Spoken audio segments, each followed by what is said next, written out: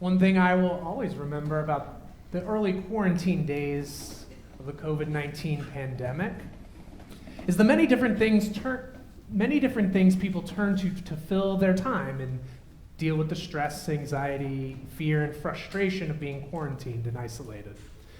Many of us filled our days hopping from one Zoom meeting to another, checking in with friends and family, and maybe for some of you brave souls, turning on the news to see if any new developments had happened in this worldwide fight against the virus. Of course, the negative effects of those early months that stretched on and on are well known to all of us.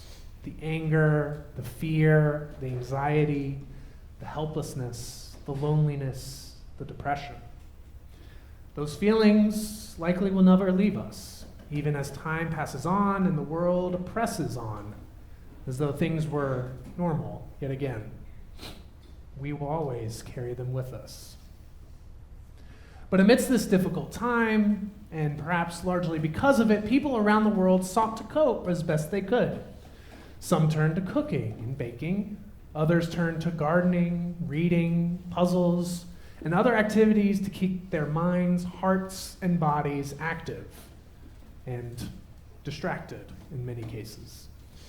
At one point or another, I myself dipped my toe into each of these, some more successful than the others, but there was another activity that became a central interest for me in my free time: tabletop role-playing games.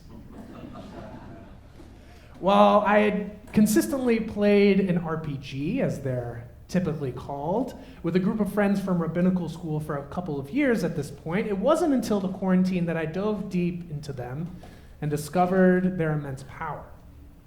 For those who may not be familiar, RPGs are essentially formats for collective storytelling.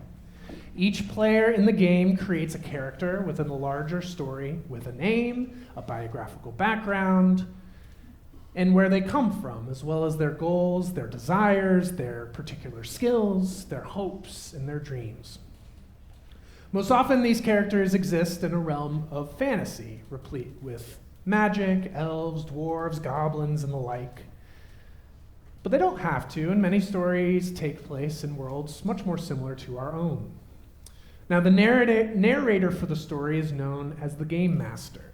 They shape the events that happen and act as the conduit between the players and the world that they explore.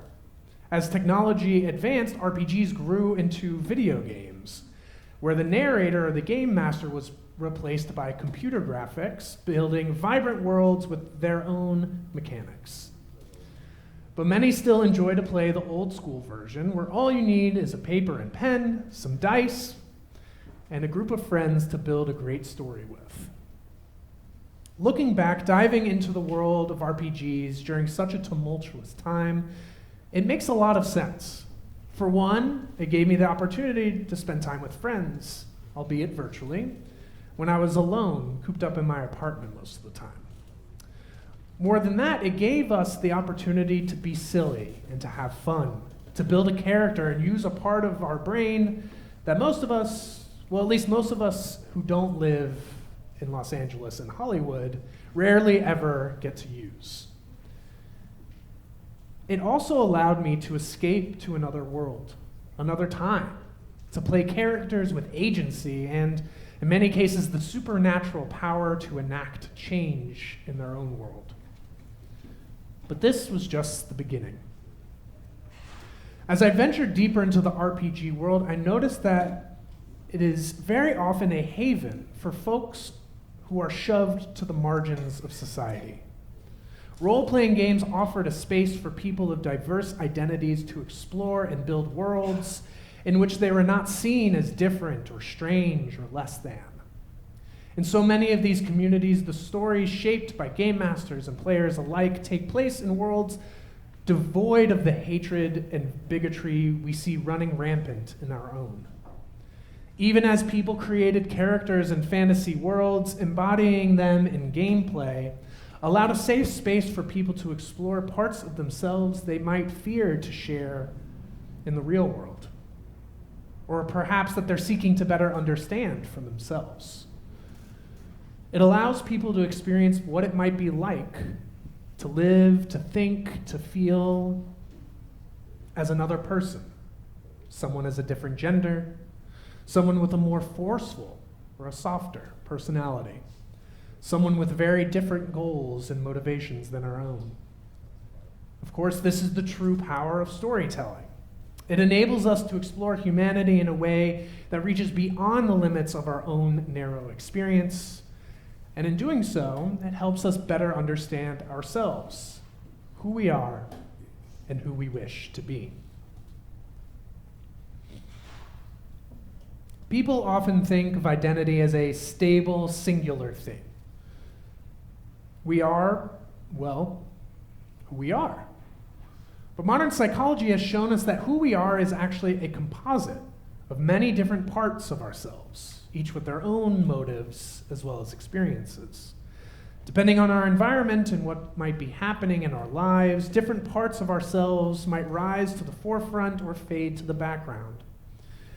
As an example, I'm sure many of us have had the experience of being in our childhood home or at a family gathering and having that strange feeling that we're back to being 10, 12, 15 years old, and all the emotions that come with those times in our lives.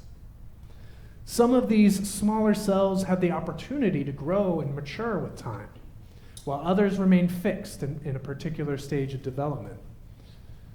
Or in other times, they're buried deep within in an attempt to remove or forget about them. All of these parts, as they're typically called, comprise who we are. And the parts that sit at the forefront of our hearts, guiding our thoughts and actions, dictate who we are in any given moment. A related concept in psychology is the notion of identity as performance. The idea that how we act or which parts we allow to dominate in a particular situation is guided by the perceived expectations of that interaction. We walk through our lives seeing the way people communicate and connect with one another, which forms of behavior or speech are appropriate and which are not. We innately develop a sort of rule book, a subconscious collection of cues and signals that tell us about a person just from a simple interaction. Things like etiquette, clothing, vocabulary, and nonverbal cues all contribute to the persistent social dynamic of presenting who we are by determining how we are perceived by others. In the past, performing a certain identity often meant the difference between a bow and a curtsy, a handshake and a hug, the length of a person's hair, maybe for some of you, those for whom it was acceptable to wear makeup and jewelry, and those for whom it was not. Acting in a certain way that violated these expectations, even if the actions more closely represented the interior identity of a person, often led to painful and traumatic punishment. A fact many in our own community know only too well. Who we are is comprised of many parts, and as a result, throughout our lives, we wear many masks. It's not a bad thing. It's simply the reality of being human in relationship to other humans. Depending on the setting, we might put on or remove a certain mask to guide how others might react to us. At times, it could be in order to go unnoticed, while in other times, it might be the opposite. Sometimes it's for safety, knowing that if a certain mask were used, others might greet us with rebuke or worse. We are constantly navigating how to express who we are on the inside in a way that those viewing from the outside can, at the very least, understand and potentially connect with. Again, this is a completely natural thing. All of us seek to be accepted, to be loved, to connect with people, to find companionship and understanding. This is what makes it so painful when others rebuke or discriminate against us, when we are wearing a mask that feels right to us. And it is also what makes it so wonderful when we find a community where our favorite masks and performances are not only tolerated, but affirmed and celebrated. You see, we all wear masks because they not only protect us, they also allow us to connect with others and to bridge the gap between how we see ourselves on the inside and how we present ourselves to the world. Masks and performances are natural to being human. They are what allow us to live in community with one another rather than falling behind the wall of seclusion. But what happens when we set all the masks down? When we set aside the expectations and judgments of others? Who are we then? Our sages of old saw a close connection between this day of Yom Kippur, also referred to as Yom HaKippurim, and another Jewish holiday, quite a few months from now, that we might think of as its opposite, coming from a play on the Hebrew, since the preposition ka in Kippurim can often mean like. They taught that Yom Kippur is a day, Yom Kippurim, a day like Purim. The connection between the two actually comes from their nature as opposites. On Purim, we are supposed to consume and revel. On Yom Kippur, we are supposed to refrain and reflect. On Purim, we are supposed to wear masks, to purposely conceal our true selves. On Yom Kippur, we are supposed to remove all masks, all finery, all makeup and jewelry, and to encounter who we are beneath it all. On Purim, we see what it's like to play another role. On Yom Kippur, we explore what it means to perform our own identity, to determine who we are when all else is stripped away. We come to see that we are but dust and ashes, mortal beings with a limited time in this world, and we must decide what we shall do with that time. On Yom Kippur, we are forced to confront this core dynamic, how we see ourselves on the inside versus how we present ourselves to the outside world. When we reflect on times when we've hurt others, how many of them are because a certain part of ourselves rose to dominance and masked how we truly thought or felt?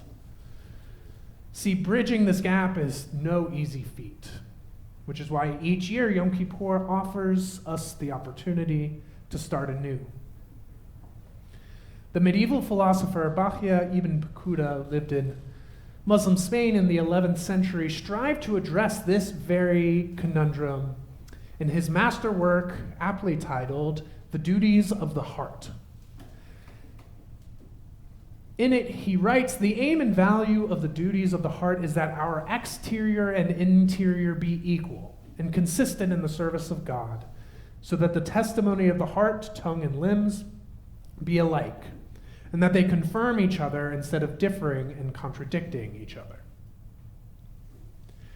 Seeking to bring the interior and the exterior into alignment is the core of what we are charged to do on this day. But in order to achieve that, we must remove the masks and reveal the inner self behind them. It is scary, yes. In doing so, we remove the armor that protects us from the world. But we must do it regardless, for only then can our alignment be achieved. Can we be renewed for a new year? And can we re-enter the world a truer version of ourselves? Encountering our true selves is also deeply connected with forgiveness. The rabbis of old traced the origins of Yom Kippur not just to the purification ritual in Leviticus, but even earlier in the Torah, in an interaction between Moses and God on Mount Sinai. Following the sin of the golden calf, God is furious with the Israelites, threatening to wipe them out and begin a new nation with Moses alone. After pleading with God on behalf of the rebellious nation, God decides to renounce the punishment and offer forgiveness for those who sought it. It is not long after that Moses has a, quote, panim el panim, face-to-face encounter with God, when God reveals God's true nature and true name for the first time, saying, Adonai is a compassionate and gracious God, slow to anger, abounding in kindness and faithfulness. It was not until this moment that God's true name was revealed to humanity, and God's true nature shined through. You could even say that as a result of forgiveness, God was able to shed God's own masks, the masks of anger and wrath and destruction, to reveal God's true nature as loving, forgiving, and compassionate. This teaches us that the connection between forgiveness and self-revelation goes both ways. We cannot uncover who we truly are without forgiving, and we cannot have the strength and grace to forgive if we have not confronted who we are beneath the masks that we wear. This Yom Kippur, may we seek to uncover who we are when we set the masks aside. And as they lay there before us, may we find the ways to make them better fit the person we wish to be, the person we already truly are, but so often conceal from the world. May we constantly strive to perfect the role we perform, day in and day out, and close the gap between the us within and the us we present to the world. May we dig deep within our own spirits, taking stock of the many parts that comprise us, and appreciate the gifts that each aspect bring to us, giving them and ourselves the care and compassion that we all deserve. May we find forgiveness, and may we find ourselves once again. Ken Yehi Ratzon, may it be God's will. Ken Yehi Ratzonenu, may it also be our will. And let us say together, Amen.